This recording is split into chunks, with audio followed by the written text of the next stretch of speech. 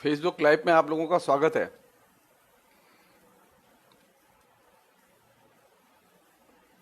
जैसा कि तय था कि हम लोग आज उस पहलू पर बात करेंगे जो नरेंद्र मोदी के वर्चुअल चरित्र से जुड़ा हुआ है। उसके कुछ पहलुओं की चर्चा मैंने कल की बातचीत में की थी।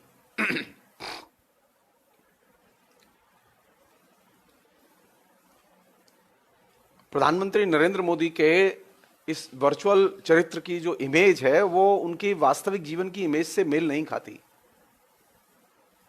वास्तविक जीवन में वो क्या हैं ये तो उनके करीब के लोग जाने, लेकिन जो करीब से जानते हैं वे अब हजम नहीं कर पा रहे हैं।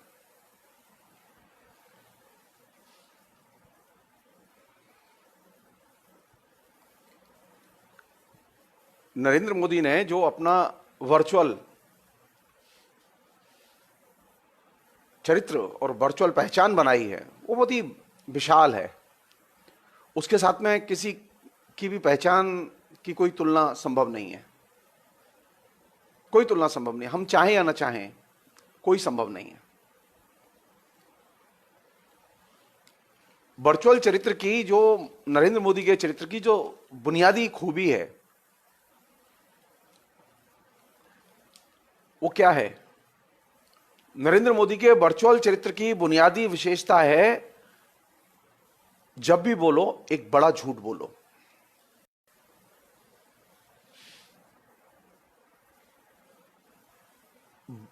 जितना बड़ा झूठ बोलोगे उतनी ही बड़ी इमेज वर्चुअल आपकी क्रिएट करेगा।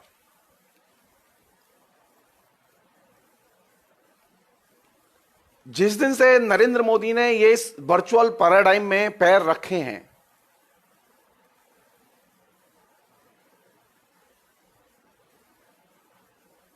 उन्होंने इस नियम का ईमानदारी से पालन किया और इस अर्थ में वे वर्चुअल रियलिटी के वास्तव नायक हैं।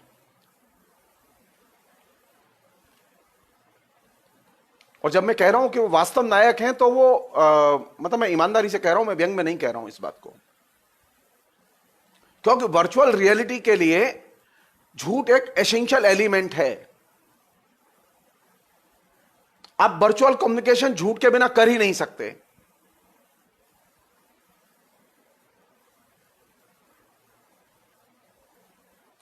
और जब किसी नेता का पूरा चरित्र, उसका पूरा प्रोपेगेंडा वर्चुअल रियलिटी पर केंद्रित हो और उसने अपने पूरे व्यक्तित्व का गठन वर्चुअल रियलिटी की मांगों के आधार पर किया हो, तो वैसी स्थिति में मूल्यांकन जो यथार्थवादी ढंग से हम लोग करते रहते हैं, उस मूल्यांकन में समस्याएं होती हैं।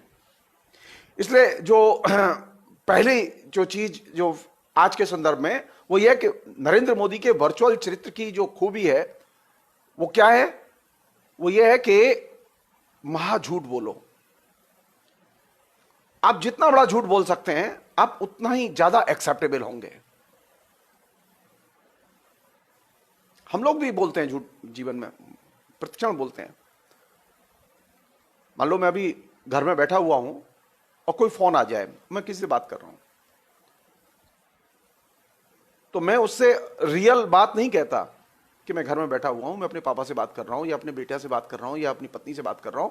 मैं क्या कहता हूं? मैं अभी व्यस्त हूं, अभी मीटिंग में हूं, अभी बाहर हूं। यानी हम जब से दाखिल हुए हैं हम पग पग पर झूठ बोलते हैं। नरेंद्र मोदी ने इस झूठ की विशेषता को एक तरह से अपनी पूरी की पूरी चरित्र गठन की जो संरचना है उसका आधार बनाया है। और जब आप वर्चुअल चरित्र अपना बनाते हैं, वर्चुअल इमेज बनाते हैं और वर्चुअल नायक की तरह व्यवहार करते हैं, तो जाहिर है कि आपके पास में एक महाझूठ के अलावा कोई और विकल्प नहीं होता। आप जब भी बोलेंगे एक बड़ा झूठ, छोटा झूठ नहीं। छोटा झूठ तो हम लोग बोलते हैं, नरेंद्र मोदी छोटा झूठ नहीं बोलेंगे। लॉकडाउन जो हुआ 3 बार हो चुका है, चौथे में दाखिल होने वाला है, यह उस महाझूठ का एक आदर्श नमूना है।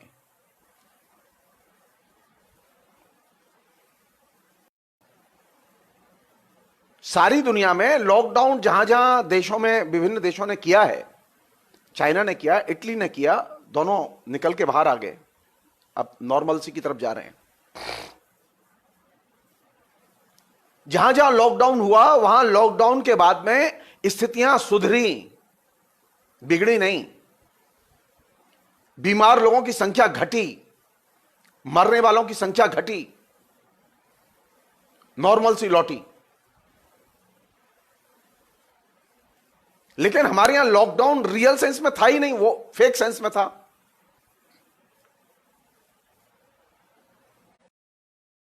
तो सरकार ने खाली लॉकडाउन की घोषणा की थी, सरकार ने लॉकडाउन के साथ में जो चीजें करनी है वो की नहीं, वो हाथ पे हाथ रख के बैठ गई लॉकडाउन बंद करके। तो अगर मुझसे पूछा जाए कि नरेंद्र मोदी के वर्चुअल चरित्र की जो केंद्रीय विशेषता है, महाझूठ। आप जितना बड़ा झूठ बोलेंगे, आप नरेंद्र मोदी के सारे जो डिक्लेरेशंस हैं, घोषणाएं उठाकर देखिए आप,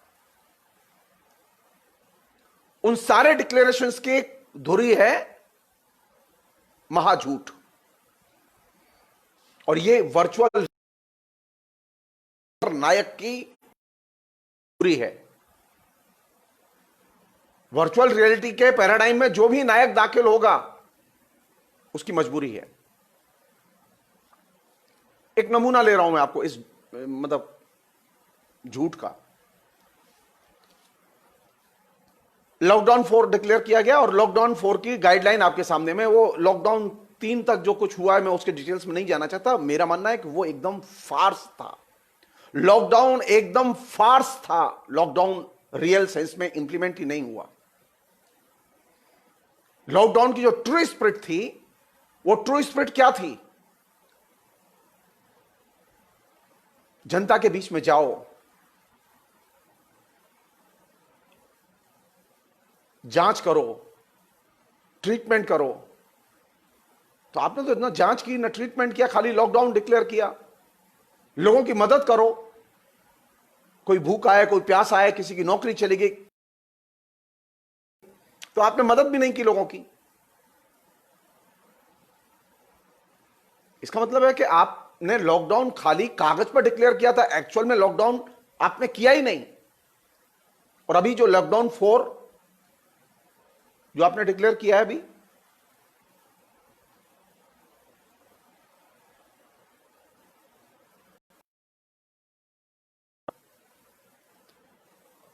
मौका दें कि लॉकडाउन जो भारत में हुआ वो क्या था, तो मैं कहूंगा उत्पीड़न, उत्पीड़न, उत्पीड़न। वह जनता के साथ में सबसे बड़ा फरेब था, और इस फरेब का प्रमाण अब हर सड़क पर दिखाई दे रहा है। अदालत की हिम्मत नहीं है कि केंद्र सरकार के खिलाफ में वो कंटेम्प्ट ऑफ कोर्ट का ऑर्डर जारी करे। सुप्रीम कोर्ट में केंद्र सरकार ने झूठ बोला, किसी जज की हिम्मत नहीं है। केंद्र सरकार ने यह झूठ बोला कि सब व्यवस्था कर दी गई है, सब लोग कैंप में रह रहे हैं, सबको खाना मिल रहा है, सब कुछ थम चुका है, सड़क पर कोई नहीं है। 23 लाख लोग बाकायदा राहत शिविरों में पहुंचा दिए गए हैं। इससे बड़ा झूठ कुछ नहीं हो सकता था।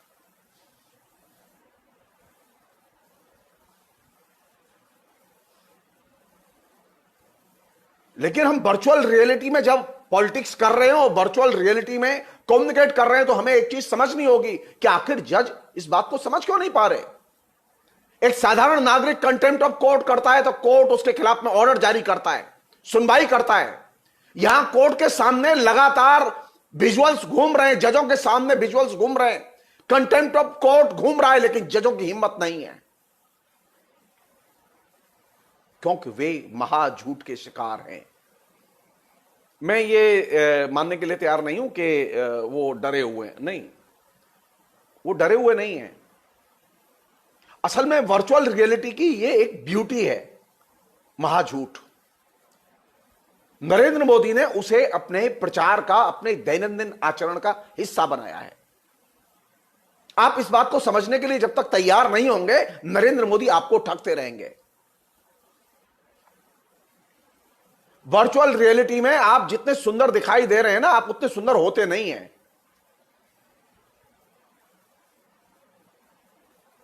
क्योंकि वर्चुअल रियलिटी में इनबिल्ट झूठ है। इस चीज को समझे हम लोग।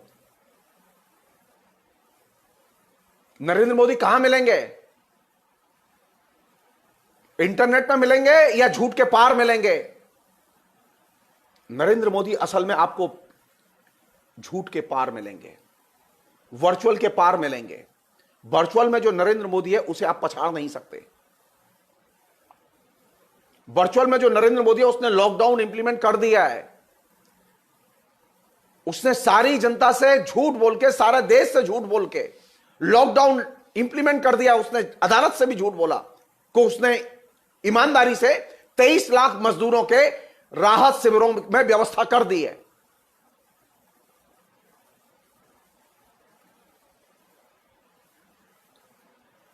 तो नरेंद्र मोदी को पछाड़ने के लिए, परास्त करने के लिए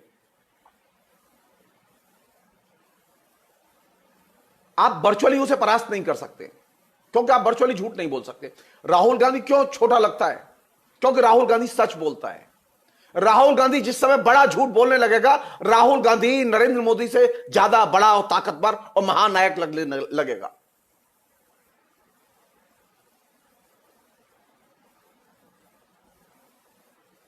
वर्चुअल रियलिटी के पैराडाइम में जब आपका प्रोपेगेंडा संगठित किया जाए तो उसकी पहली शर्त है, पहली मांग है कि आप महाझूठ बोलें। आप महाझूठ बोले बिना आप अपने प्रोपेगेंडा को संगठित नहीं कर सकते। अब देखिए कैसे महाझूठ बोला जा रहा है, मैं उसका उदाहरण दे रहा हूं आपको। आपने ये कह दिया कि ऑफिस सब लोग जा सकते हैं, लॉकडाउन 4 की गाइडलाइन है ना, सारे लोग ऑफिस जा सकते हैं। अब वहां संख्या नहीं है 30%, 33% जो पहले थी वो संख्या। अगर अब लॉकडाउन में सब लोग ऑफिस जा सकते हैं तो आप ये बताइए फिर रेस्टोरेंट खोलने में क्या परेशानी है? पूरी तरह से रेस्टोरेंट खुले, लोग बैठ के खाना खाएं।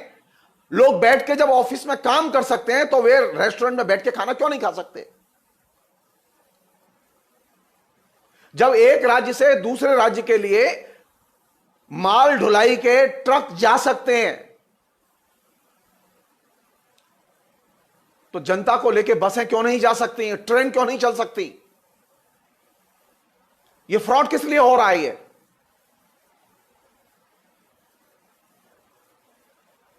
अरे क्या कोरोना वायरस ने यह कहा है कि वो माल के ट्रक पर वो चिपकेगा नहीं और जो आदमी जिसमें जाएंगे उस पर चिपकेगा? वो है किसे बेवकूफ बनाया जा रहा है?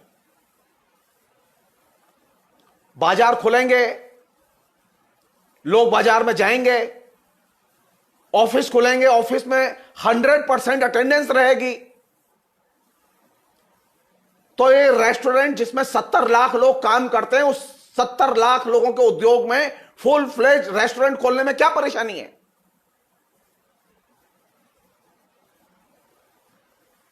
मैं फिर लौट रहा हूं अपने पॉइंट पर। वर्चुअल रियलिटी में नरेंद्र मोदी जब भी दाखिल होते हैं, नरेंद्र मोदी की सरकार जब भी दाखिल होती है तो वो एक बड़े झूठ के साथ, एक महाझूठ के साथ दाखिल होती है। नरेंद्र मोदी के पूरे 6 साल के कैंपेन की यह धुरी है महाझूठ। लॉकडाउन उसका अंतिम पड़ाव है, अब आगे नहीं चलेगा। आगे नहीं चलेगा क्योंकि अब लोग समझ गए हैं।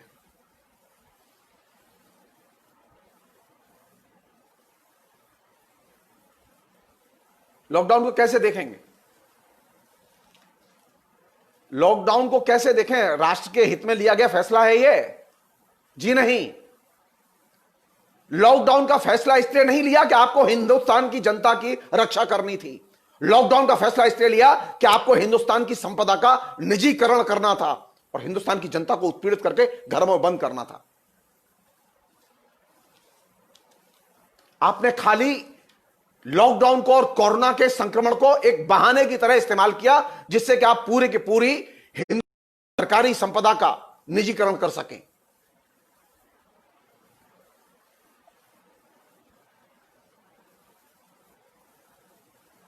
और हिंदुस्तान की जो वर्किंग क्लास जो आपको एकदम फूटी आंखों देखना पसंद नहीं करती, आपने उस हिंदुस्तान की वर्किंग क्लास को एकदम उत्पीड़ित किया।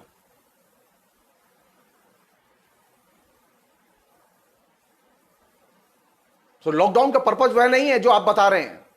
लॉकडाउन का पर्पज है जनता का बड़े पैमाने पर उत्पीड़न और जनता की संपत्ति का अपहरण।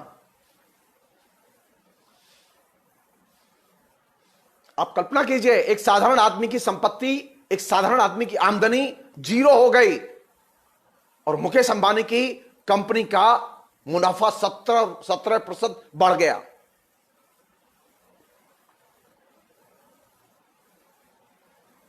तो लॉकडाउन किसके हित में है? आम आदमी के हित में है। ये आम आदमी में आपने 5 लोगों के लिए भी पैरासीटामोल की गोली नहीं दी। पूरे देश में कहीं पर भी केंद्र सरकार के शिविर नहीं दिखाई दिए जहां गरीबों को खाना खिलाया जा रहा था। दिल्ली में भी नहीं थे।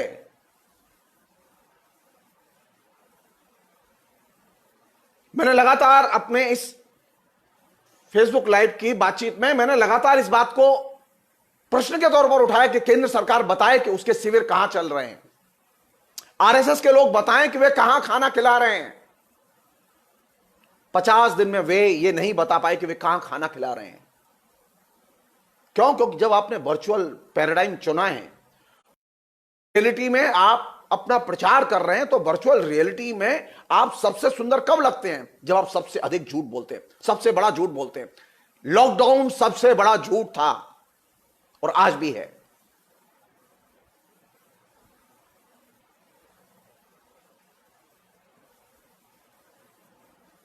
नरेंद्र मोदी कहां मिलेंगे?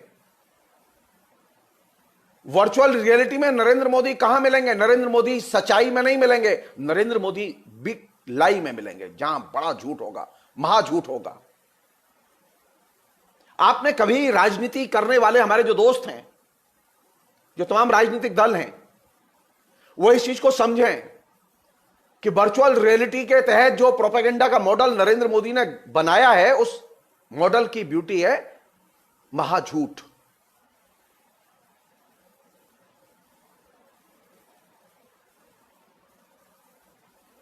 इस झूठ की काट क्या हो सकती है?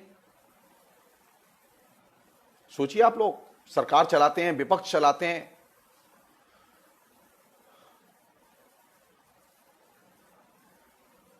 क्योंकि वर्चुअल रियलिटी झूठ के बिना अपना काम नहीं करती, वो कम्युनिकेट नहीं करती। मैं अभी देखने में कितना अच्छा लग रहा हूं मेरी हालत बहुत खराब है, लेकिन देखने में अच्छा लग रहा हूं। यह सबसे बड़ा झूठ।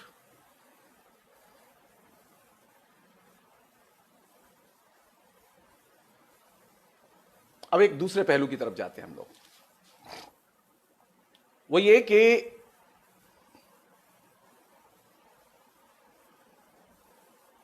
नरेंद्र मोदी के दिमाग में एक और भी है जो चीज आपके दिमाग में बैठाई गई है। ये ध्यान रखिए, महाझूठ को ध्यान रखिएगा, महाझूठ भूलिए मत। नरेंद्र मोदी ने एक चीज हम लोगों के जेहन में बिठा दी गई है कि जो वर्तमान को नियंत्रित करता है वही भविष्य को भी नियंत्रित करता है।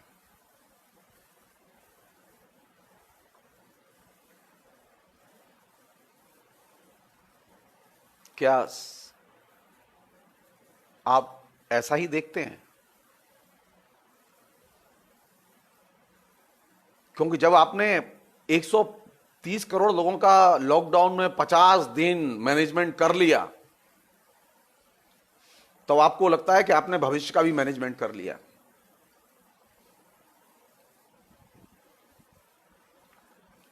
लेकिन चीजें इतनी सरल और सीधी सादी नहीं है। चीजें इस तरह से एकदम स्ट्रेट इसी रूप में नहीं जाएंगी आगे। ये बदलेंगे, ये विजुअल्स बदलेंगे, ये विजुअल्स बदलेंगे।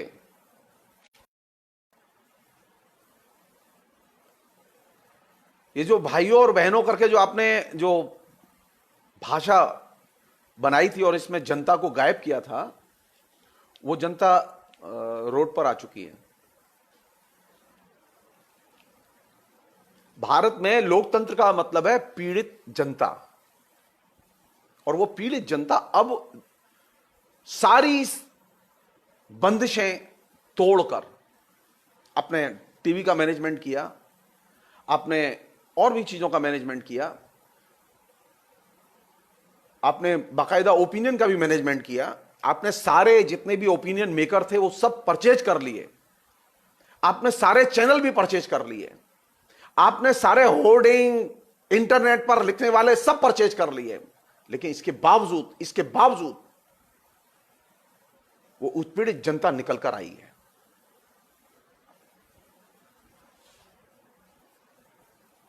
मैं नहीं जानता कि आप लोग कैसे देख रहे हैं, लेकिन मैं हिंदुस्तान का भविष्य बहुत सुंदर देख रहा हूं।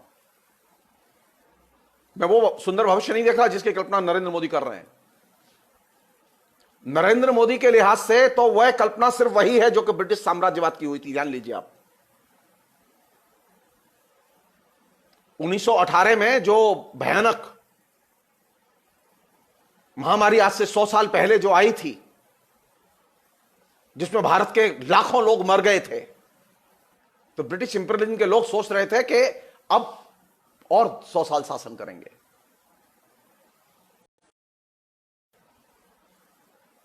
लेकिन उस दबी कुचली जनता ने महात्मा गांधी पैदा कर दिया।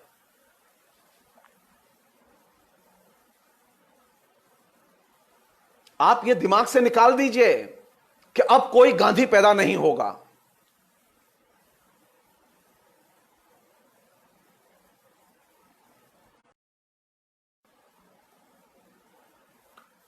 उन्नीस सौ 18 की महामारी को देखने के बाद कोई नहीं कह सकता था कि हिंदुस्तान में ऐसा विशाल जन आंदोलन होगा जिसमें लाखों लोग पार्टिसिपेट करेंगे और सारे दुख भूल के पार्टिसिपेट करेंगे। कोरोना में इतने लोग नहीं मरे जितने उस समय मरे थे।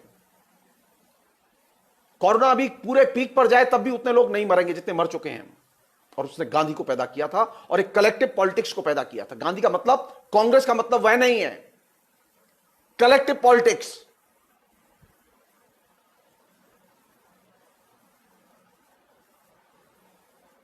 अगला भविष्य का लोकतंत्र का एजेंडा होगा सामूहिक जनतांत्रिक राजनीति की नए सिरे से शुरुआत,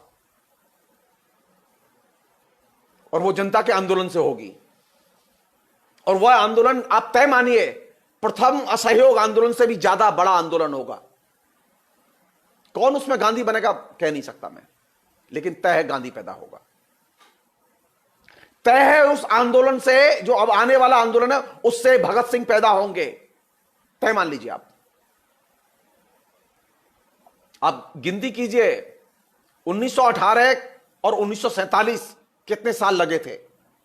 ब्रिटिश इंपीरियलिज्म की चूल्हे हिला दी थी जनता ने। नरेंद्र मोदी तो भुनगा है, भुनगा जिसे कहें।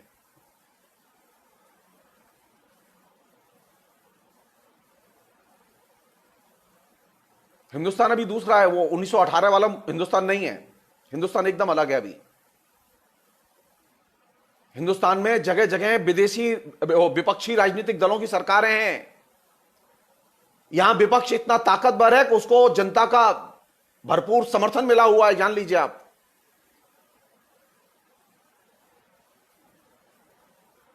तो ये जो महाझूठ का जो वर्चुअल पैराडाइम जो तैयार किया गया, जो पिछले 6 साल से इंटैक्ट चल रहा था, उस पैराडाइम में एक छेद लॉकडाउन ने किया है। ये अपना विलोम खुद नरेंद्र मोदी ने स्वयं रचा है और किसी ने नहीं। नरेंद्र मोदी झूठ नहीं बोलते और लॉकडाउन लागू करते, ईमानदारी से लागू करते, तो शायद जनता में इतना रिएक्शन नहीं होता। लेकिन नरेंद्र मोदी मजबूर है वर्चुअल रियलिटी में रहने के कारण, एक बड़े झूठ को बोलने और बड़े झूठ को जीने के लिए मजबूर हैं। नरेंद्र मोदी अपनी वर्चुअल इमेज के बाहर निकल नहीं सकते। आप लाख कोशिश कीजिए, हम लाख गुजारिश करें, नरेंद्र मोदी कभी आपको जनता के बीच में नहीं मिलेंगे। वो पिछले 6 साल में कभी जनता के बीच में नहीं गए। पिछले 6 साल में कितने हमले हुए आतंकियों के, सैकड़ों सैनिक मारे गए, किसी भी सैनिक के घर नरेंद्र मोदी नहीं गए। लेकिन नरेंद्र मोदी सबसे बड़े जनरक्षक, ये वर्चुअल इमेज थी जो फेक इमेज है। नरेंद्र मोदी नोटबंदी के समय कभी लाइन में लगे हुए लोगों के पास मिलने नहीं गए, लेकिन वो सबसे बड़े जनरक्षक हैं, क्योंकि ये वर्चुअल पैराडाइम है। नरेंद्र मोदी लॉकडाउन में भी अपने घर के बाहर नहीं निकले। नरेंद्र मोदी की पूरी इमेज एक महाझूठ के पैराडाइम पर तैयार की गई है, और यही वर्चुअल रियलिटी की डिमांड है। नरेंद्र मोदी को महानायक किसने बनाया? वर्चुअल रियलिटी ने।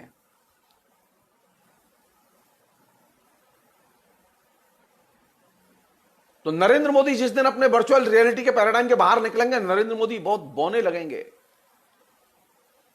नरेंद्र मोदी बौना नहीं पसंद करते। अब नरेंद्र मोदी की इमेज यहां से दिखाई देगी नहीं, आपको कभी भी दिखाई नहीं देगी, क्योंकि यह उसका अपना एक कमिटमेंट है, एक वर्चुअल नायक का कमिटमेंट है अपनी आइडियोलॉजी से, अपने चरित्र के गठन की विचारधारा से, कि वह कभी भी अपनी वर्चुअल इमेज के बाहर नहीं निकलेगा। आप तलाश कीजिए, जब से नरेंद्र मोदी प्रधानमंत्री बने हैं, आप तलाश कीजिए कि बीजेपी के कितने कार्यकर्ता हैं जिन्होंने नरेंद्र मोदी के साथ लंच किया है, डिनर किया है, नाश्ता किया है। वे नरेंद्र मोदी दूसरे थे जो कार्यकर्ताओं के साथ में बैठ के खाते थे, या वो नरेंद्र मोदी नहीं है। ये वर्चुअल रियलिटी का नायक है, जिस नरेंद्र मोदी की छाया के पास कोई फटक नहीं सकता। अरे कैबिनेट मिनिस्टर तो मिल ही नहीं सकते।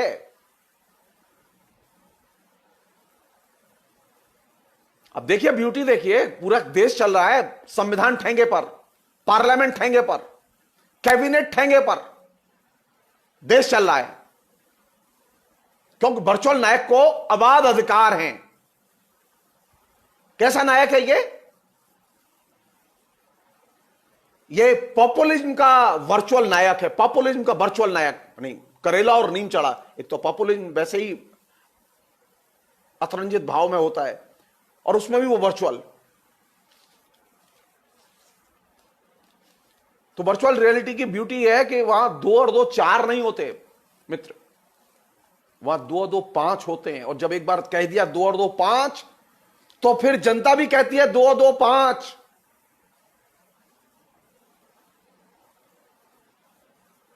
नरेंद्र मोदी से कन्विंस हैं लोग, और आप वर्चुअल रियलिटी को, उसके मूल्यांकन को सामने नहीं लाना चाहते, तो आप तय मानिए नरेंद्र मोदी अबाध गति से दौड़ेंगे। लेकिन मेरे जैसे लोग जो मैं नरेंद्र मोदी पर तब से लिख रहा हूं जब से ये 2007 से इस वर्चुअल इमेज पर किसी ने सीरियसली नहीं लिया इसे। 2002 के भयानक दंगे नरेंद्र मोदी के शासन में हुए, लेकिन नरेंद्र मोदी की इमेज को आप टच नहीं कर पाए, मीडिया टच नहीं कर पाया।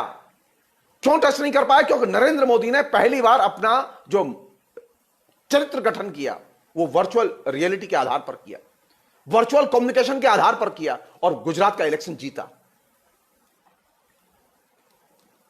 मैं अकेला था, ये बात अब मैं दावे के साथ कह रहा हूं, मैं अकेला था। हमारे जितने भी मीडिया के दोस्त हैं वो नरेंद्र मोदी को वर्चुअल नायक की तरह नहीं देख रहे थे, और यही वजह वे असफल हुए।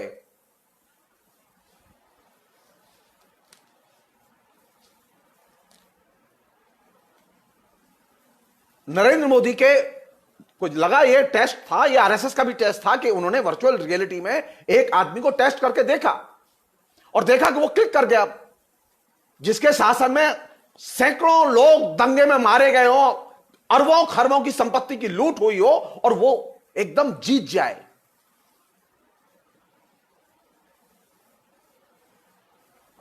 अपने राज्य की जनता को फेनेटिक बना दे, पूरा राज्य का प्रशासन तंत्र क्रैक कर दे, सांप्रदायिक कर दे उसको, यहां तक कि न्यायपालिका का भी सांप्रदायिकीकरण कर दिया वहां। इसके बावजूद वो जीत गए। इस बात को न कांग्रेस समझी, न वामपंथी समझे। और मेरा उपहास उड़ाया गया, मुझे मालूम है। कहा अरे क्या जगदीश्वर जी वर्चुअल रियलिटी की बात करते हैं, ये सब ये अमेरिका के लिए चीजें हैं, ये सब नकली चीजें हैं, आप ये छोड़िए सब बातें। अब नरेंद्र मोदी आपकी गले की हड्डी है। नरेंद्र मोदी वर्चुअल नायक है और वर्चुअल रियलिटी का वह एक बेस्ट प्रोडक्ट है। उसे हिटलर की जरूरत नहीं है, उसे कंसंट्रेशन कैंप की जरूरत नहीं है। उसने आपके हर घर को कंसंट्रेशन कैंप में बदल दिया है। आप पिछले 50 दिन से पूरा देश कंसंट्रेशन कैंप की तरह अपने घर में बंद है। आपने कभी महसूस नहीं किया इस बात को। तो वर्चुअल रियलिटी की पहली उपलब्धि क्या है कि आप जो देखते हैं आप उस पर मुग्ध हो जाते हैं। क्या चेहरा है, क्या कुर्ता है, क्या जैकेट है। ये जो वाह निकलती है आपके मुंह से, यही आपकी सबसे बड़ी पराजय है। क्योंकि वर्चुअल रियलिटी में जो कुछ है वो फेक है, फेक है और फेक है। उसका रियलिटी से कोई संबंध नहीं है।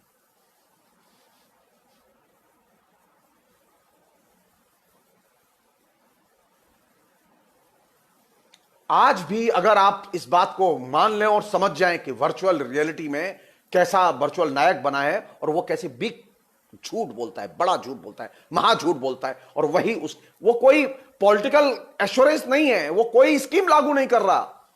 आपको गलतफहमी है। उसने डिक्लेयर किया कि जनता ने मान लिया 20 लाख करोड़ का पैकेज, लेकिन उस पैकेज में क्या था? जीरो। वह तो एक ही पैकेज था जिसकी उसने चर्चा नहीं की। वो क्या था पैकेज? भारत के सभी उद्योगों का निजीकरण।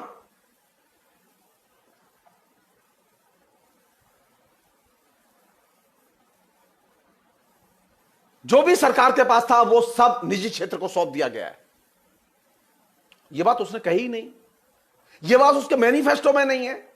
यह बात उसकी कभी किसी भी पब्लिक मीटिंग में नहीं आई, बल्कि वो यही कहता रहा कि मैं देश की संपदा की रक्षा करूंगा। और उसने ये कह के, ये सबसे बड़ा झूठ था उसका। इसलिए मैं बार बार इस बात को मैं रिपीट करना चाहता हूं, क्योंकि हम में से अधिकतर लोग इस चीज को हजम करने के लिए तैयार नहीं है कि कोई व्यक्ति, कोई संस्था, कोई नेता, कोई पार्टी बिग लाई के आधार पर कंटिन्यूअसली इलेक्शन जीत सकती है। वर्चुअल रियलिटी के प्रोपेगेंडा के पैराडाइम में बिग लाई, महाझूठ एक सबसे बड़ा उपकरण है जिसे आपको मानना होगा।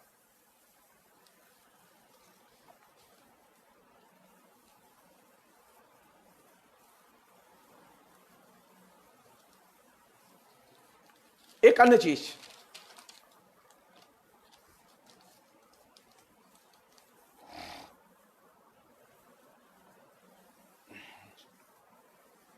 एक चीज समझिए आप, बहुत ही प्रैक्टिकल चीज है जो मैं आपसे कह रहा हूं, और बहुत ही रिच एक्सपीरियंस से निकली हुई चीज है।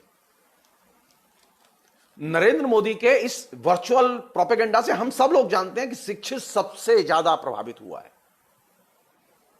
जो लोग रोज अखबार पढ़ते हैं, जो लोग रोज घंटों इंटरनेट पर रहते हैं। इसलिए मैंने पिछली बातचीत में ये बात कही थी कि आप अपने को थोड़ा सा ये कंप्यूटर और मोबाइल पर विश्वास करने की बजाय अपनी अनुभूतियों पर विश्वास करें तो ज्यादा अच्छा होगा। लेकिन हम लोग अपनी आदत से लाचार हैं। हमारे लिए कंप्यूटर और मोबाइल, उसके मैसेज, वो ही एकमात्र सत्य है। उसके अलावा बाकी चीजें मिथ्या हैं। अभी हम इस धारणा में बंधे हुए हैं, हम इतनी आसानी से जाएगा नहीं है। हमें लगातार बोलना होगा लोगों को ये बात।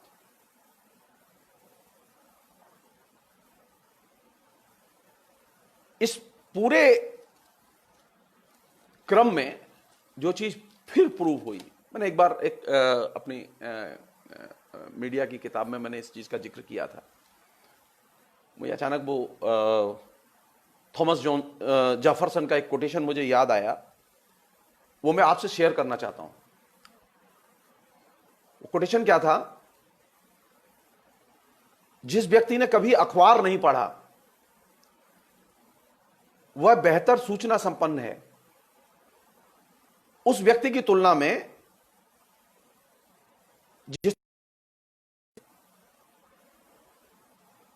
जो कुछ नहीं जानता।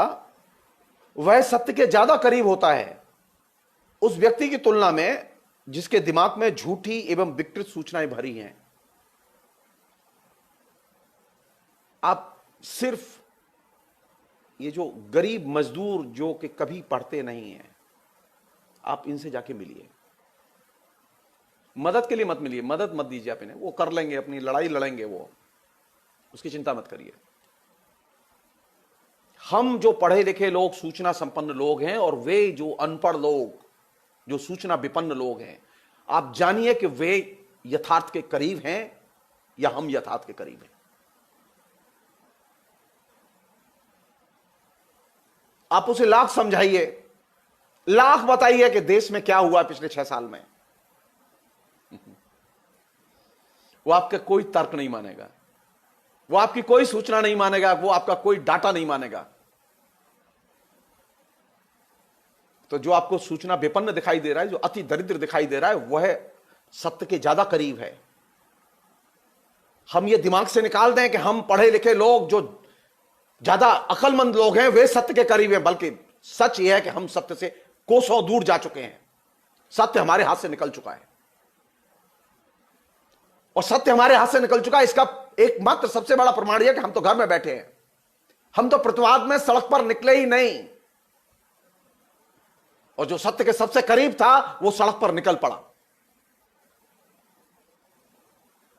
उसने लॉकडाउन को अस्वीकार किया कि यह फेक है, यह उसके जीवन के साथ खिलवाड़ है, और यह अपने आप में एक बड़ी चीज है। हमें देखना होगा कि इस पूरे प्रोपेगेंडा में सत्य के करीब कौन है, हम शिक्षित लोग या वो अशिक्षित जनता जो अभी सड़कों पर निकल पड़ी है, जिसे हम प्रवासी कह रहे हैं। हम नागरिक नहीं कह रहे, वो भारत के ही लोग हैं, वो प्रवासी नहीं है। शर्म आनी चाहिए उन्हें प्रवासी कहने वालों को।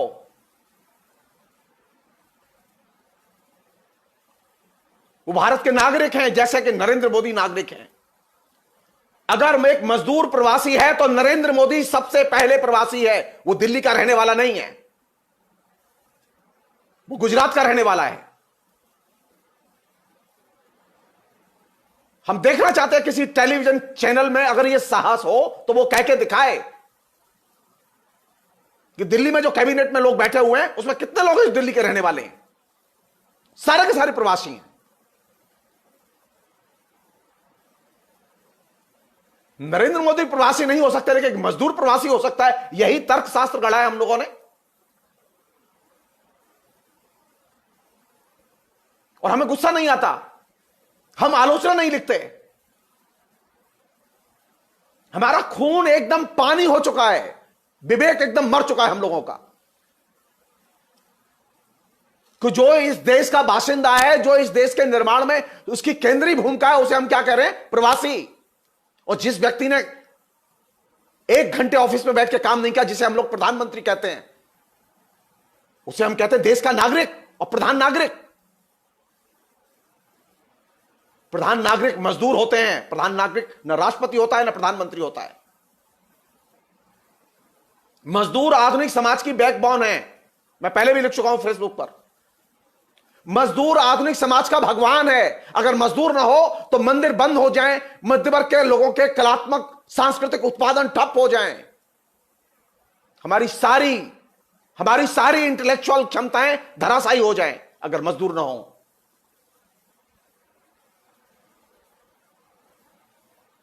मैंने लिखा भी था इस बात को कि आधुनिक काल में ईश्वर प्रेम से बढ़कर है मजदूर प्रेम। भयानक क्रोध आता है इस पर। शर्म आती है मुझे कि यह मीडिया नहीं है, यह सारा का सारा मीडिया बिका हुआ है। शर्म नहीं आती इन मीडिया के लोगों को। अरे जरा पता करो कि चैनल के लोग कहां के रहने वाले हैं, ये चैनल के मालिक कहां के रहने वाले हैं। ये सब नोएडा के रहने वाले हैं क्या? क्या मुकेश अंबानी नोएडा के रहने वाले हैं? जिन चैनल के ऑफिस और मुख्यालय नोएडा में हैं, क्या वो चैनल के मालिक नोएडा के रहने वाले हैं या वो प्रवासी हैं? प्रवासी तो ये चैनल के मालिक हैं, मजदूर नहीं।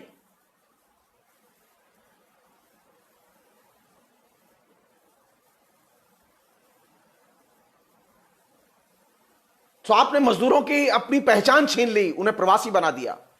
वर्किंग क्लास एक क्लास है, उसकी मजदूर वर्ग की पहचान है, उसकी आइडेंटिटी है। आपको शर्म क्यों आती है कहने में वो मजदूर हैं? मजदूरों को तो ये कहने में शर्म नहीं आती वो मजदूर हैं। उन्हें ये इसमें भी कहने में शर्म नहीं आती कि वो मेहनत करके कमाते हैं, उनके पास पैसे नहीं है, वो भूखों मर रहे हैं, वो पैदल जाना चाहते हैं। वो किसी भी चीज को बोलने में शर्माते नहीं है, क्योंकि वे सच में जीते हैं। हम सब लोग, मध्य वर्ग के लोग, उच्च वर्ग के लोग, मिडिल क्लास के लोग, शिक्षित लोग झूठ में जीते हैं। इसलिए हमें झूठ का महानायक, बिग झूठ बोलने वाला हमें सबसे अच्छा लगता है।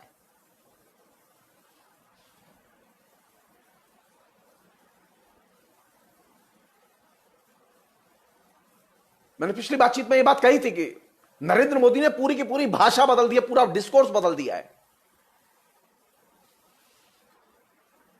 यह हिंदुस्तान के 40 लाख मजदूर हैं जो अपने घर लौट रहे हैं। यह वर्किंग क्लास है जो डिनाई करता है, मजदूर वर्ग डिनाई करता है नरेंद्र मोदी के इस लॉकडाउन के घोषणा को, डिनाई, और वो पीसफुली गांधी की तरह प्रतिवाद कर रहा है। आप इसको नहीं देख रहे हैं, लेकिन मैं देख रहा हूं, क्योंकि 1918 के बाद गांधी पैदा हुआ था। जान लीजिए, गांधी की ताकत, कांग्रेस की ताकत उस महामारी के बाद सबसे ज्यादा विशाल रूप में सामने आई, जिसमें हिंदुस्तान की जनता ने लाखों लोग खो दिए थे।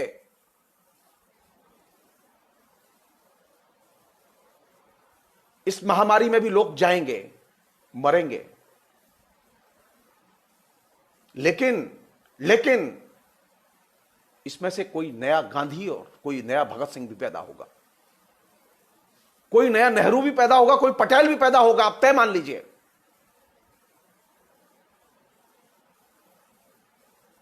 क्योंकि ब्रिटिश इंपीरियलिज्म का जो सबसे बड़ा झूठ था, उसको एक्सपोज किया था। सक्षम प्रशासक माने जाते थे वे, नरेंद्र मोदी की तरह नहीं। नरेंद्र मोदी का तो पूरे देश में चिराग नहीं जलता। नरेंद्र मोदी का चिराग शुरू होता है कुछ राज्यों में और खत्म। ब्रिटिश इंपीरियलिज्म का पूरी दुनिया में चिराग जलता था, सूर्य अस्त नहीं होता था, लेकिन सूर्य अस्त होना शुरू हो गया। जो भौतिक परिस्थितियां हैं, जो सामान्य जीवन की परिस्थितियां हैं, जिसमें कि मजदूर वर्ग बाहर निकल आया है, वर्किंग क्लास बाहर निकल आया है।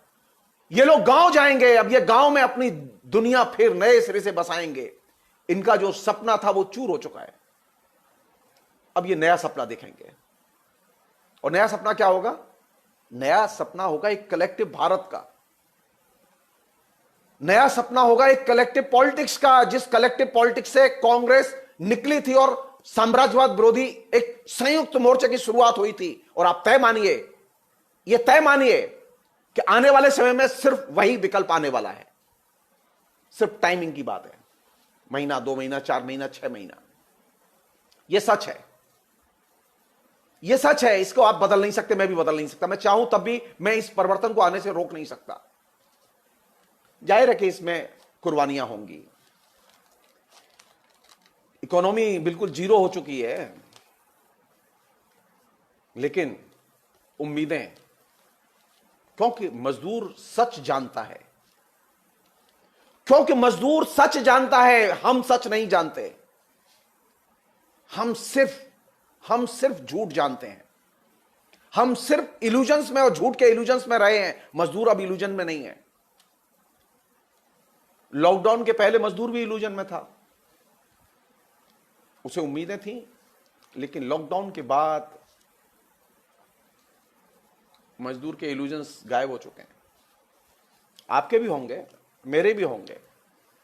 जो थोड़े बहुत इल्यूजन्स रह गए हैं नरेंद्र मोदी को लेके, वो गायब होंगे।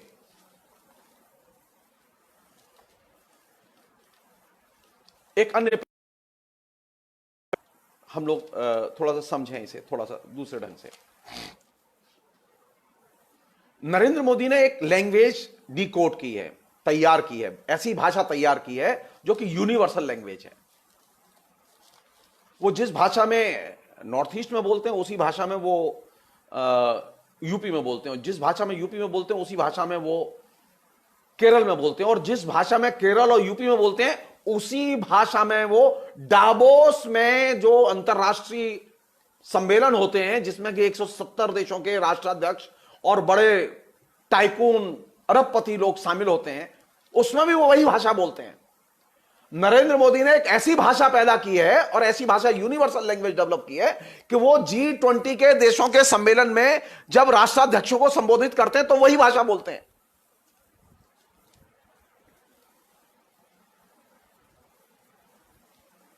नरेंद्र मोदी इस मामले में, जिसे कहें कि यूनिवर्सल लैंग्वेज के इस्तेमाल के मामले में एक आइडियल चैप है, एक आदर्श व्यक्ति है।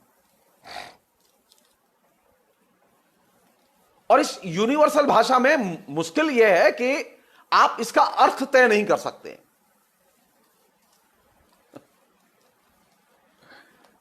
नरेंद्र मोदी के जितने भाषण हैं वो G20 के सम्मेलन से लेके, और अभी अभी अभी इस लॉकडाउन में भी उन्होंने मतलब वीडियो कॉन्फ्रेंसिंग की है बड़े राष्ट्रों के साथ। नरेंद्र मोदी ने एक ऐसी भाषा गठित की है जिसका वो इस्तेमाल कर रहे हैं, जो भाषा प्रचलित अवधारणाओं और प्रचलित भाषिक जो पदबंध हैं उनका अतिक्रमण करती है, उनको अस्वीकार करती है, उन्हें अपदस्थ करती है। आप जस्ट सोचिए, आप यहां से देखिए कि नरेंद्र मोदी ने कैसे काम किया। नरेंद्र मोदी का पहला कदम क्या था? नरेंद्र मोदी ने जब शासन संभाला तो उनका सबसे बड़ा एक कदम था, आप लोग भूल गए, मैं नहीं भूला हूं। उन्होंने 2 फैसले लिए, बहुत बड़े फैसले थे। पहला फैसला लिया उन्होंने कि उन्होंने प्लानिंग कमीशन को डिसॉल्व कर दिया। अब आप बताइए, अब कर लीजिए बहस। सुभाष चंद्र बोस को श्रद्धांजलि देते हुए और सुभाष चंद्र बोस के भाषणों का जिक्र करते हुए, सुभाष चंद्र बोस के लिए प्रशंसा के शब्द गढ़ते हुए नरेंद्र मोदी आए थे, और नरेंद्र मोदी ने उसी प्लानिंग कमीशन को ध्वस्त कर दिया, गायब कर दिया, जिस कमीशन को बनाने पर सबसे ज्यादा खुशी सुभाष चंद्र बोस को हुई थी।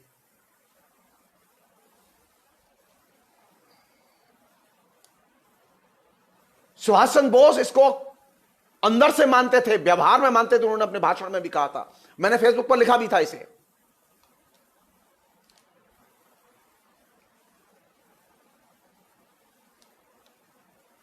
अब देश चलेगा लेकिन पंचवर्षीय योजना के बिना, देश चलेगा लेकिन योजना के बिना। मुझे गैस देनी है, मुझे चूल्हा देना है, मुझे सस्ती चीजें करनी है, मुझे बेरोजगारों का ख्याल करना है। ये जो तमाम किस्म की जो यूनिवर्सल लैंग्वेज नरेंद्र मोदी ने अपने भाषण में गढ़ी, इस लैंग्वेज का एकमात्र उद्देश्य ये था कि जो सुनिश्चित धारणाएं हैं जिनसे हम जीवन को, समाज को, योजना को, अर्थनीति को, राजनीति को परिभाषित करते हैं, उन तमाम किस्म के कॉन्सेप्ट को ध्वस्त करो, उसके बाहर ले जाओ, पूरा का पूरा डिस्कोर्स बाहर ले जाओ उसके।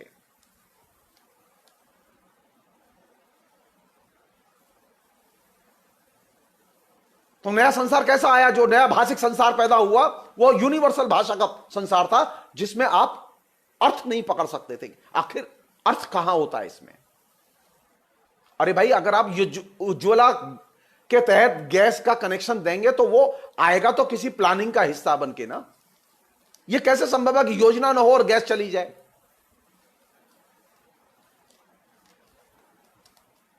यह कैसे संभव है कि मनरेगा के लिए पैसा चला जाए लेकिन वो प्लानिंग में ना आए?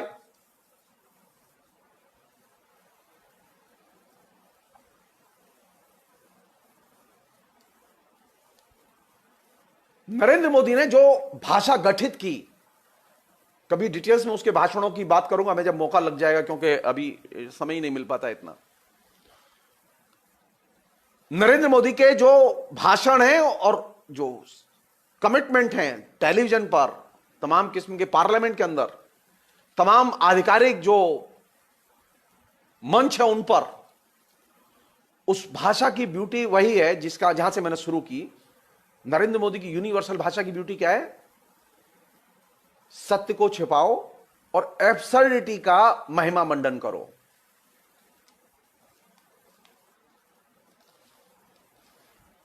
एक यूनिवर्सल लैंग्वेज वह थी जो इंडस्ट्रियल रिवॉल्यूशन के साथ आई थी। वह ऐसी भाषा थी जो कि सत्य के ज्यादा करीब थी। लेकिन वर्चुअल रियलिटी के साथ में जो यूनिवर्सल लैंग्वेज आई है, उसका सत्य से कोई संबंध नहीं है। वो सत्य को छिपाने का काम करती है। मसलन जैसे मैंने कुछ लिखा और आपने क्या किया, मुझे आई लव यू का एक आइकॉन भेज दिया आपने। अच्छा, आपने मुझे देखा ही नहीं है, आप मुझे जानते ही नहीं है, आपने मुझे कभी इमोशनली आपने मुझे फील ही नहीं किया, देखा ही नहीं, और हाउ कैन यू से आई लव यू? और मैं कैसे फील कर सकता हूं आपको आई लव यू? तो ये जो आपने मुझे आई लव यू भेजा, उस आई लव यू में कौन सी चीज कम्युनिकेट हो रही है? सत्य कम्युनिकेट नहीं हो रहा है, जस्ट सिंबल कम्युनिकेट हो रहा है। बल्कि ये जो यूनिवर्सल लैंग्वेज है, जो वर्चुअल रियलिटी ने तैयार की है, ये सत्य को छिपाने के लिए की है। तो नरेंद्र मोदी ने प्रधानमंत्री बनने के बाद जो भाषा विकसित की, जो यूनिवर्सल लैंग्वेज विकसित की, उस यूनिवर्सल लैंग्वेज की खूबी ये थी, जो कि खूब बोली जा रही है, खूब बोली जा रही है, जिसका कि वर्चुअल जगत में सबसे ज्यादा इस्तेमाल हो रहा है। उसकी खूबी क्या है? वह सत्य को छिपाती है और एब्सर्डिटी का महिमा मंडन करती है। हम ये छल की भाषा है, ये इसमें छल निहित है। इस भाषा की एक खूबी एक ये भी है कि इसमें एक से अधिक मीनिंग होते हैं, डबल मीनिंग, ट्रिपल मीनिंग भी हो सकते हैं। और ये भाषा जो कंट्राडिक्शन है उनको छिपाती है, जो रियल अंतर्विरोध हैं उनको छिपाती है।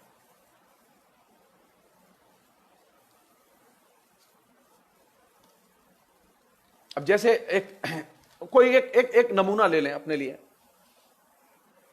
नरेंद्र मोदी ने बहुत दावे के साथ कहा ना कि 370 हट गई है और आप देखिए मेन स्ट्रीम में कश्मीर आ गया है, और जनता के जानो माल की रक्षा अब केंद्र सरकार डायरेक्ट कर सकती है।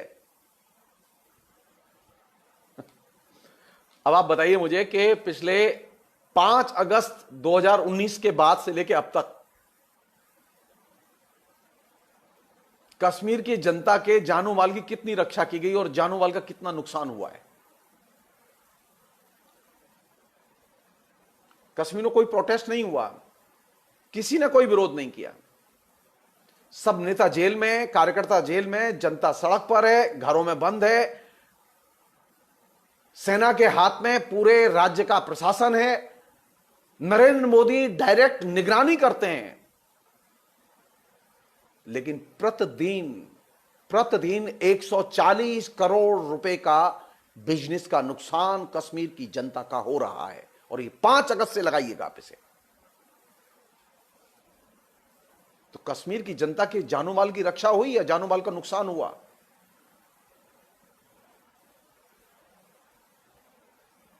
लॉकडाउन में हिंदुस्तान के जनता के जानो माल की रक्षा हुई या जानो माल का नुकसान हुआ? सारी दुनिया में लॉकडाउन जहां लागू किया गया, वहां संक्रमित लोगों की संख्या लगातार घटती चली गई। भारत में संक्रमित लोगों की संख्या लगातार बढ़ती चली गई और अब बढ़ेगी। क्यों? क्योंकि आप जो बोल रहे हैं वो सच को छिपाने के लिए बोल रहे हैं, सच को पाने के लिए नहीं बोल रहे, सच को बताने के लिए नहीं बोल रहे।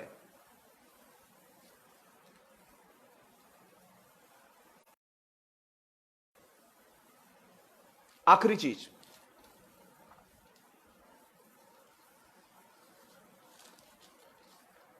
वो ये कि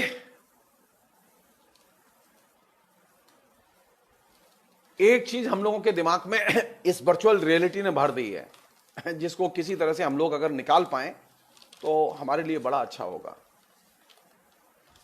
वो ये कि नरेंद्र मोदी के खिलाफ में जो भी प्रमाण आए, नरेंद्र मोदी की योजना के घोषणा के खिलाफ में जो भी सबूत आए, उसे खारिज करो। ये चीज एकदम अंदर बिठा दी गई है। वर्चुअल रियलिटी ने, इस यूनिवर्सल लैंग्वेज ने, एक उस लैंग्वेज ने जिसने कि तमाम किस्म के कॉन्सेप्ट में सोचने की जो पद्धति पिछले 200 साल में हमने परिश्रम करके विकसित की थी, उस भाषाई संसार को नरेंद्र मोदी ने नष्ट कर दिया।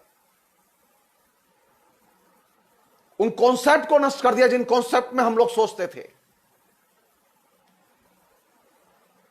और लोगों के दिमाग में एक चीज बिठा दी गई है कि नरेंद्र मोदी के खिलाफ में जो भी प्रमाण आए, जो भी सत्य आए, जो भी तथ्य आए, उन्हें आप न माने। और यह बात भाजपा के कार्यकर्ताओं के ही दिमाग में खाली नहीं बिठाई गई है, आम जनता के दिमाग में भी यह चीज उतार दी गई है। और यह सबसे बड़ी चिंता की चीज है। इसे आप तब तक नहीं बदल सकते जब तक कि लगातार आप वर्चुअल रियलिटी के इस पैराडाइम को वर्चुअल रियलिटी के परिप्रेक्ष्य में क्वेश्चन नहीं करेंगे। जब तक आप क्वेश्चन नहीं करेंगे तब तक यह पैराडाइम बदलेगा नहीं, यह नहीं बदलेगा।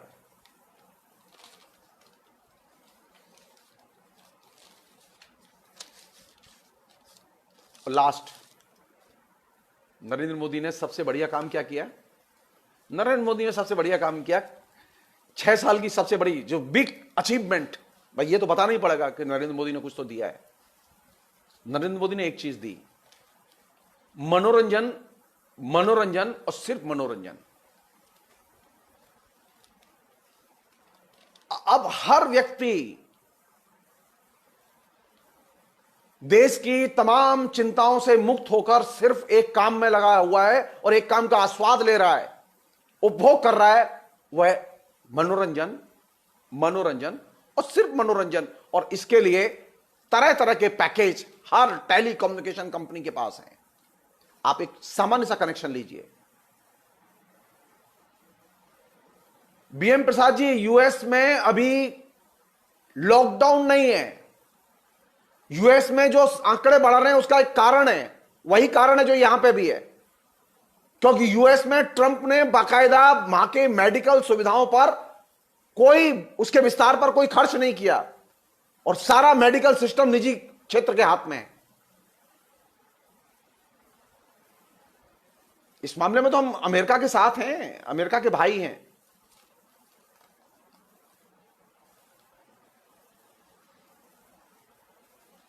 सिर्फ एक चीज हम लोग करें जो कि जरूरत है,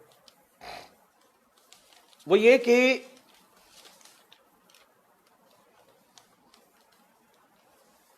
ये जो नए, जो भारत की जो इमेज है, वो नए भारत की कौन सी इमेज है? नए भारत की जो इमेज है वो क्रिटिकल भारत की इमेज है। हम ये कोशिश करें कि क्या हमारा जो पूरा का पूरा लेखन है, चिंतन है, मनन है, उसे आप फ्रस्ट्रेशन के तौर पर व्यक्त मत कीजिए प्लीज। आप अपनी असुविधाओं के फ्रेमवर्क में चीजें पेश मत कीजिए।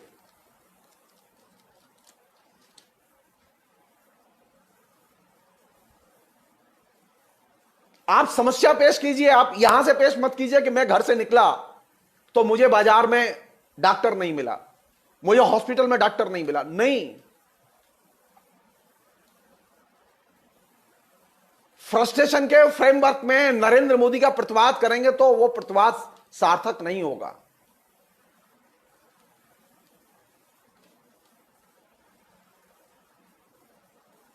आप समस्या को समस्या की तरह देखिए, उससे व्यक्ति को अलग करके देखिए।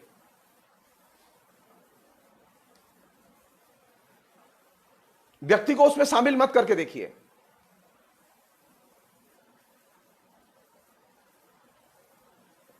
और एक जो नए किस्म की जो मॉरलिटी, नैतिकता, नैतिक श्रेष्ठता, जो नरेंद्र मोदी ने वर्चुअल रियलिटी के जरिए क्रिएट की है, आप उसे क्वेश्चन करना शुरू कीजिए। आप जब तक नरेंद्र मोदी ने जो मॉरलिटी के जो मानदंड प्रचारित किए हैं, लोगों के जेहन में उठाए, नरेंद्र मोदी क्या कर रहे हैं? नरेंद्र मोदी बहुत ऑनेस्ट आदमी, ये एक मॉरलिटी का हाई पेच है नरेंद्र मोदी का कि मेरे पास तो कुछ नहीं है। इससे बड़ा झूठ कुछ और हो ही नहीं सकता।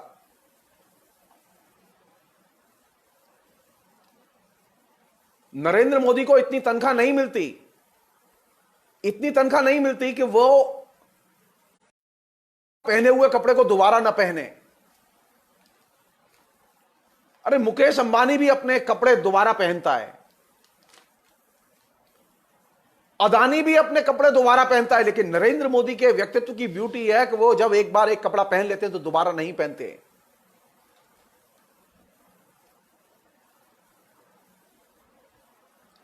अगर नरेंद्र मोदी के खाली कपड़े, उनकी सिलाई, उनकी कीमत उसी को आंका जाए तो प्रधानमंत्री का जितना बत्ता बत्ता मिलता है ना, वो सब उसी में लग जाएगा।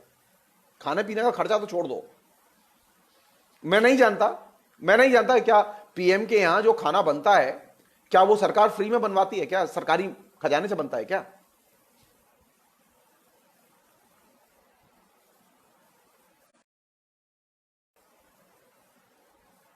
दिमाग से निकाल दें। नरेंद्र मोदी ने जो ये नैतिकता का जो एक सुपीरियर मानदंड बनाया है कि वह ईमानदार है, यह सबसे बड़ा झूठ है। यह सबसे बड़ा झूठ है। नरेंद्र मोदी ने जो यह मानदंड बनाया कि वह वंशवाद के खिलाफ है, यह सबसे बड़ा झूठ है। अरे वंशवाद के खिलाफ है तो यह अदानी और अंबानी की किसकी औलाद है भाई? ये कैपिटलिस्टों के लिए जो पैसा जा रहा है, ये किसकी औलाद है?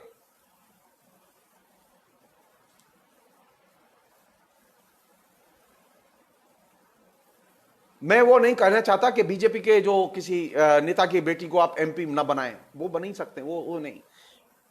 वंशवाद वह है जो कि आपको इस सिस्टम में दिखाई देता है जहां कैपिटलिस्टों के बच्चे,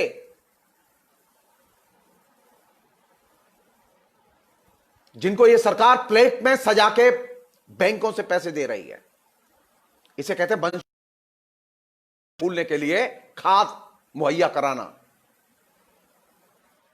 मॉरलिटी के मामले में नरेंद्र मोदी ने जो मानक बनाए कि मैं ईमानदार हूं, मुझसे बड़ा ईमानदार कोई नहीं है, पहला झूठ, बहुत बड़ा झूठ, नैतिकता के आधार पर सबसे बड़ा झूठ। दूसरा बड़ा झूठ कि वो वंशवाद का संरक्षक नहीं है। हम सिर्फ जानना चाहते हैं कि पिछले 6 साल में ये वंशवादी पूंजीपतियों के लोगों को आपने लोन दिए कि नहीं दिए, उनके लोन माफ किए कि नहीं किए।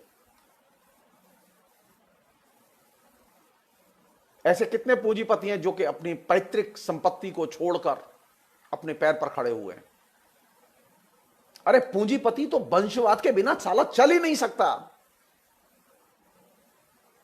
तो ये जो मॉरलिटी का हाई पिच कि मैं कांग्रेस के वंशवाद के खिलाफ हूं, यह हाई पिच फेक है। नरेंद्र मोदी वंशवाद का सबसे बड़ा संरक्षक है।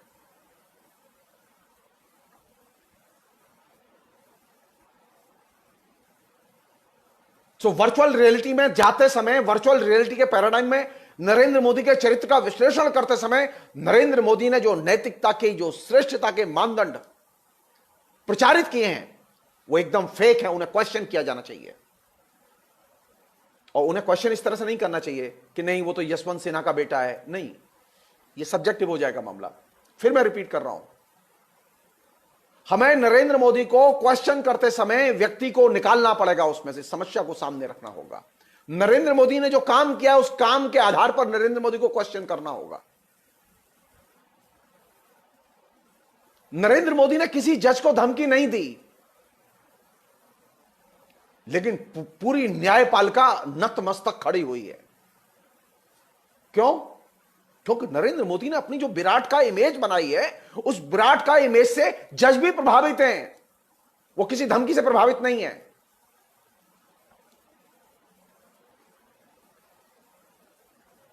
मैं जजों के जो स्वतंत्र अस्तित्व है उस पर मैं प्रश्न चिन्ह लगाना नहीं चाहता। मैं एकदम वर्चुअल रियलिटी के पैराडाइम में मैं न्यायपालिका को भी देख रहा हूं। मैं कितना बड़ा उपहास है ये कि अभी न्यायपालिका पूरी तरह से वर्चुअल नहीं बनी है, लेकिन वर्चुअल न्याय की शुरुआत तो हो गई। सुप्रीम कोर्ट से तो शुरुआत हो गई। वर्चुअल पिटीशन सुने जा रहे हैं। वर्चुअल नायक, वर्चुअल न्याय, वर्चुअल राजनीति, वर्चुअल कम्युनिकेशन, वर्चुअल जनता, वर्चुअल आश्वासन और एक यूनिवर्सल लैंग्वेज, यही नरेंद्र मोदी के वर्चुअल रियलिटी के पैराडाइम की सच्चाई है। और इसका लक्ष्य क्या है? नियंत्रण और वर्चस्व। आप इस पैराडाइम को जब तक वर्चुअल रियलिटी के फ्रेमवर्क में क्वेश्चन नहीं करेंगे, और अब आखिरी एक और कदम उठाया उन्होंने, वर्चुअल परीक्षाएं होंगी। अब कमरे में घर में बैठ के बाकायदा आप अपनी किताब सामने रख के परीक्षाएं दे सकते हैं। मैं सरकार से अपील करूंगा कि वो परीक्षाएं न ले, सबको वैसे ही पास कर दे। ये परीक्षा का पाखंड न करे। सारे विपक्ष को यह मांग करनी चाहिए कि यह परीक्षा का पाखंड बंद होना चाहिए। या तो परीक्षाएं नॉर्मल होने के बाद में एक साथ ली जाएं, अन्यथा सबको वैसे ही पास कर दिया जाए जैसे कि आपने छोटी कक्षा के विद्यार्थियों को पास कर दिया है। कोई परेशानी नहीं है इसमें। अगर बच्चे पास हो जाते हैं क्या नुकसान है इसमें? लेकिन इस वर्चुअल रियलिटी के पैराडाइम को क्वेश्चन करने की जरूरत है। अब ये परीक्षाएं भी वर्चुअल लेंगे, टीचिंग भी वर्चुअल होगी, न्याय भी वर्चुअल होगा, नरेंद्र मोदी का कम्युनिकेशन भी वर्चुअल होगा और हिंदुस्तान भी वर्चुअल होगा। जी नहीं, जी नहीं, हमें रियल चाहिए। मुझे रियल परीक्षा चाहिए, अन्यथा सबको वैसे ही पास करो, सबको वैसे ही पास करो। मुझे रियल क्लासेस चाहिए। रियल क्लासेस का विकल्प वर्चुअल क्लासेस नहीं है। इटली और अमेरिका में वर्चुअल क्लासेस नहीं होती। जनता को यह बेवकूफ न बनाया जाए कि अब शिक्षा संस्थानों की और कक्षाओं की कोई जरूरत नहीं है, अब गुरुजी घर से क्लास ले लेंगे। मुझे रियल क्लास चाहिए, रियल शिक्षा चाहिए, रियल न्याय चाहिए। मुझे जज के सामने खड़े हुए वकील चाहिए अदालत में, मुझे मुवक्किल चाहिए अदालत में, मुझे वीडियो कॉन्फ्रेंसिंग के जरिए न्याय नहीं चाहिए। यह इमरजेंसी का एक कोई छोटा विकल्प हो सकता है कि कोई क्रिमिनल है, वो जेल में पड़ा हुआ है, जिसे लाने में असुविधा हो रही है, तो वहां आप सिटिंग कर लीजिए। अरे जज साहब, अमेरिका में भी वर्चुअल न्याय नहीं हो रहा है, इटली में भी वर्चुअल न्याय नहीं हो रहा है। मैं रिपीट कर रहा हूं इस बात को, नरेंद्र मोदी ने सिर्फ अपने को ही और जनता को ही नहीं, उसने न्यायालय को भी वर्चुअल बना दिया है, न्याय को भी वर्चुअल बना दिया है। और वर्चुअल न्याय और वर्चुअल न्यायाधीश रियल चीज को फील ही नहीं कर सकते, महसूस ही नहीं कर सकते। और यही वजह है कि सुप्रीम कोर्ट के जजों ने साफ कह दिया कि हम कुछ नहीं कर सकते। अगर लोग निकल रहे हैं तो निकले। अरे आप कम से कम इतना तो कर सकते हैं कि contempt of court central government के खिलाफ में शुरू किया जाए कि केंद्र सरकार ने झूठ बोला, झूठ एफिडेविट दी कि 23 लाख लोगों का बाकायदा नीचे प्रबंध कर दिया गया है, कोई सड़क पर नहीं है, सबको खाना मिल रहा है। और यह झूठा एफिडेविट था जो केंद्र सरकार ने दिया। लेकिन जज साहब, आप महसूस कर ही नहीं सकते क्योंकि अब आपको भी वर्चुअल बना दिया गया है। तो लड़ाई किस बात की होगी? लड़ाई होगी रियल की, वर्चुअल की नहीं। मुझे न्याय चाहिए रियल में, मुझे अदालतें फंक्शन करने वाली चाहिए, मुझे सड़कों पर लोग चलते हुए सीधे दिखाई देने चाहिए, मुझे होटल रेस्टोरेंट सारी चीज खुलें, सारी चीज, ट्रेन चले, बस चले, हवाई यात्राएं चले, सब चीज नॉर्मली चले। यह नहीं हो सकता कि आधा ये चलेगा आधा ये नहीं चलेगा, यह नहीं हो सकता। जो लोग पैदल जाना चाहते हैं वो पैदल जाएं, जो लोग बस से जाना चाहते हैं वो बस से जाएं। आप जाने आने के अधिकार को आप बाधित नहीं कर सकते, नहीं कर सकते। आपने आश्वासन दिया था ना कि आप जो लौटना चाहते हैं उनके लिए ट्रेन देंगे।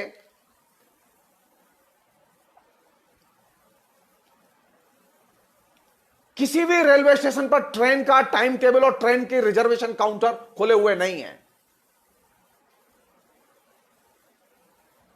आपने ये वर्चुअल वायदा किया था और वर्चुअल प्रबंधन किया है आपने।